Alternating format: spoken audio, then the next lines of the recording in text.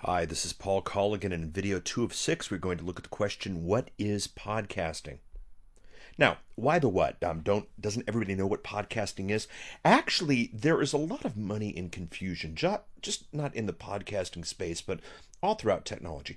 A lot of people like to confuse others about exactly what something is so they can charge big money for consulting and whatnot accordingly. And not pointing fingers directly, but it's just an industry trend that I've seen too much. There's lots of money in confusion. And even if the money wasn't a factor, there's lots of confusion in confusion. Once you really know what podcasting is, you're going to be capable of a lot more. And the fact of the matter is, podcasting really isn't that complicated if you understand what it is. And that's what we're going to do with this video.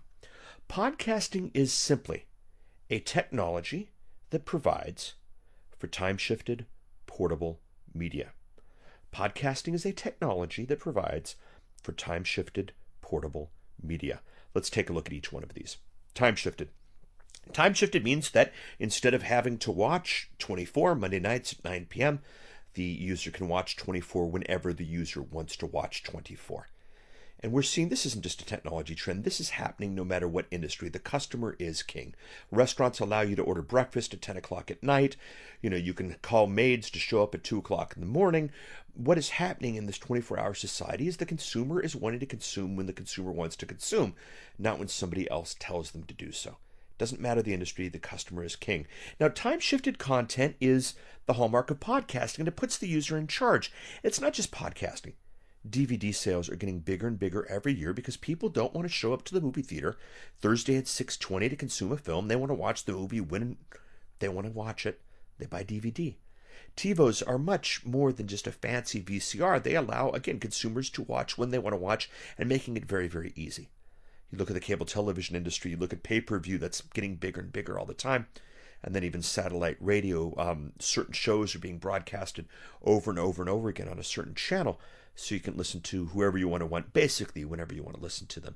Time shifting is a big trend throughout multiple industries, not just podcasting, but time shifted is the first thing that podcasting allows for. The second thing that podcasting allows for is that things are portable, which means it's not just when the consumer wants to consume it, but where the consumer wants to consume it. This could be in front of their computer, which we'll talk about in a second. This could be on an iPod.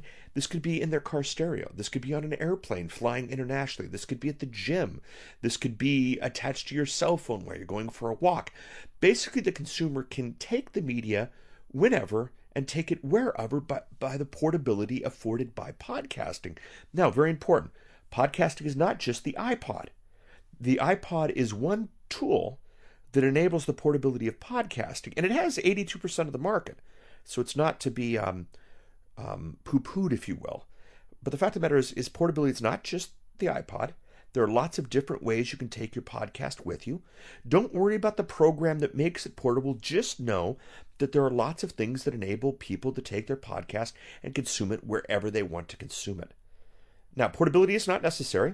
Best estimates right now is that 80% of podcasts are consumed at the computer, somebody's seat firmly implanted down, and they're watching it or listening to it while doing something else.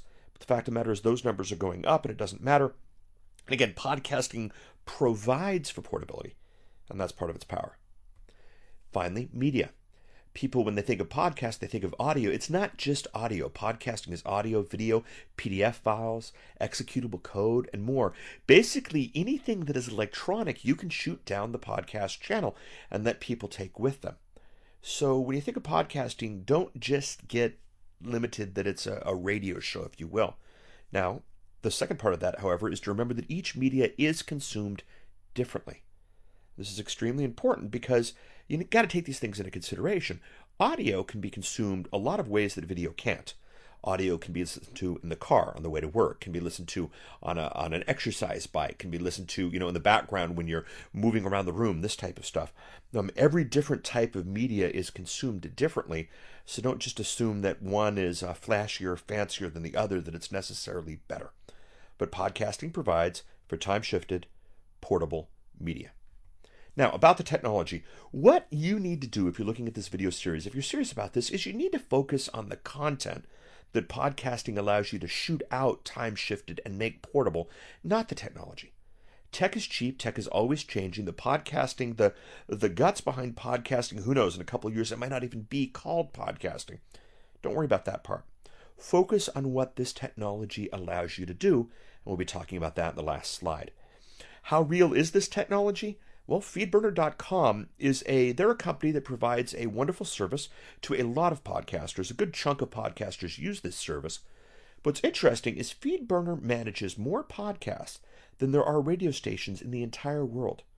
As of March 2006, 44,889 podcasters, all using the FeedBurner service.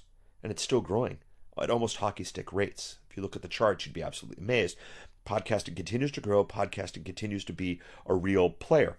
Arbitron, which is a very pro-radio company, they're there to help the radio industry. They have reported that 11% of all Americans have listened to an audio podcast. It's 27 million Americans.